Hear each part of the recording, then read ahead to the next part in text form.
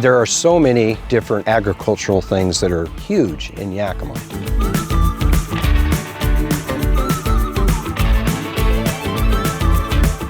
When I started farming, I decided that I wanted to try all the fruits. So I do cherries and peaches, nectarines, and it just seemed like it was the right way to bring the full flavor of all the valley and all the fruits that we have.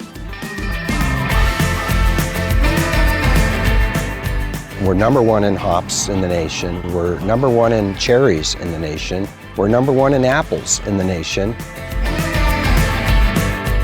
What makes it so great is that we have such a huge supply of water.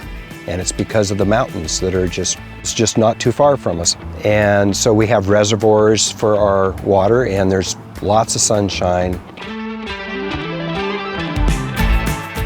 There's been volcanic activities that have happened over the years, and that enriches the soil to make it such a great place to grow fruit or any crop. Farming's always been in my blood, and I was just a child working on my father's orchard. I started my own farm, about 42 years of farming myself. I just love growing plants. It's just a part of me, and I don't know what I would do if I didn't. There's so much in this valley that people can come and enjoy.